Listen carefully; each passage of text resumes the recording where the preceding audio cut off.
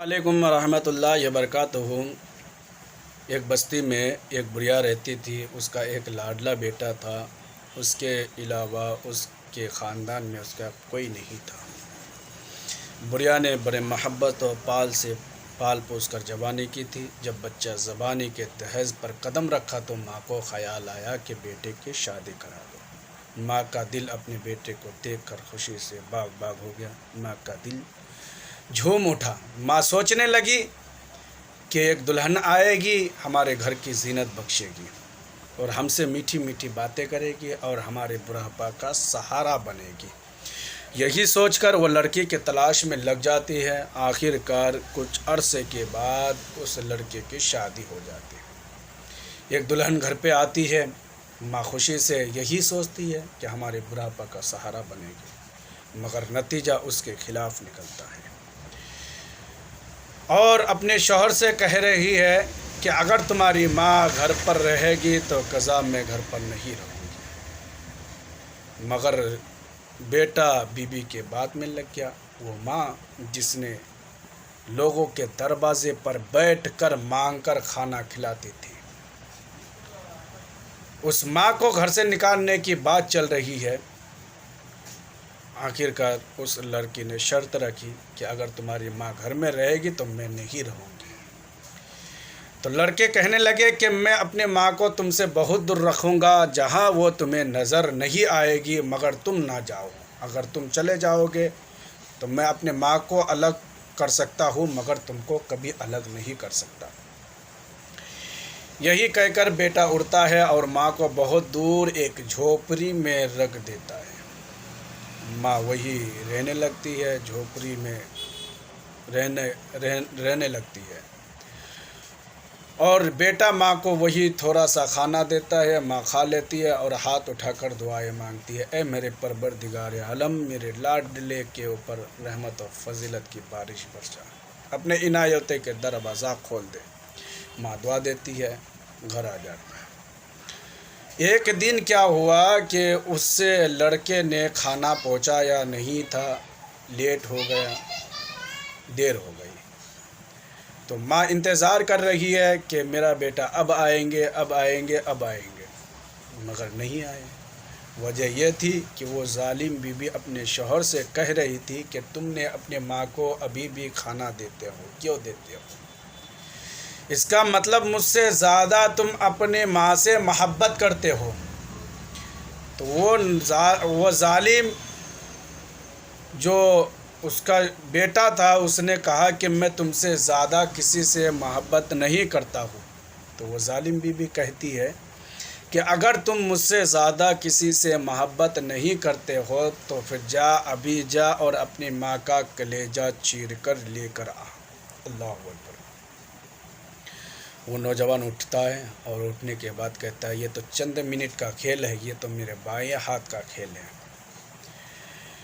ये जब बात कहने के बाद उसने छुरी और तश्तरी लिया और चल दिया। माँ इंतज़ार कर रही है कि मेरा बेटा अब आएंगे खाना लेकर, दरवाजे पर बैठकर इंतज़ार कर रही है।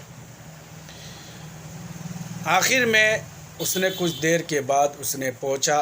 माँ पूछने लगी कि बेटा आज खाना लाने में बहुत देर हो गई, क्या बात है? क्या खाना पकने में देर हो गई? तो बेटा कहता है, नहीं माँ, यूँ ही। तो फिर माँ खाना खा रही थी, इतने देर में वो नौजवान उड़ता है और माँ के सीने पर छुरी से, तेज़धार छुरी से हमला कर देता है। माँ के सीने को चीर देता है।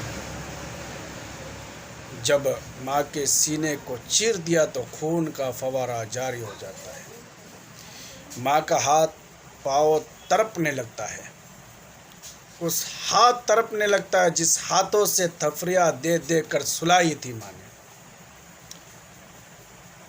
मगर उस नादान को जवान किया था।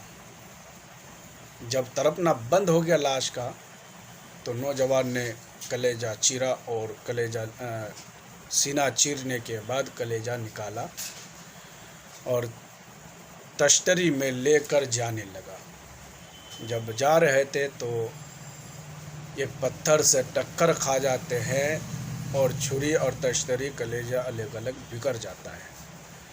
سب کو باری باری اٹھاتے ہیں اور کلیجہ اٹھانا چاہتے ہیں تو کلیجہ سے آواز آتی ہے کہ بیٹا تمہیں کہیں چوٹ تو نہیں لگی، کہیں تمہیں تکلیف تو نہیں ہوا۔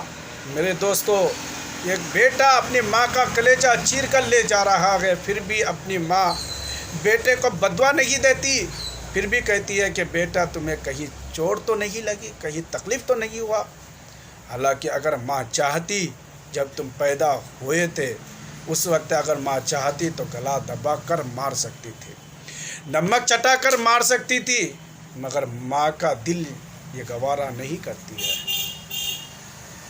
میرے دوستو، کہ حضور صلی اللہ تعالیٰ علیہ وسلم کے بارگاہ میں ایک شخص اپنے ماں کو کاندھے پر بیٹھا کر لے آئے اور کہا کہ یا رسول اللہ صلی اللہ تعالیٰ علیہ وسلم، یہ میری ماں ہے اور یہ اندھی ہو گئی ہے اور یہ چل نہیں سکتی، میں 40 سال اپنے کاندھے پر لے پھر رہا ہوں، کیا میں ان کا حق ادا کر دیا؟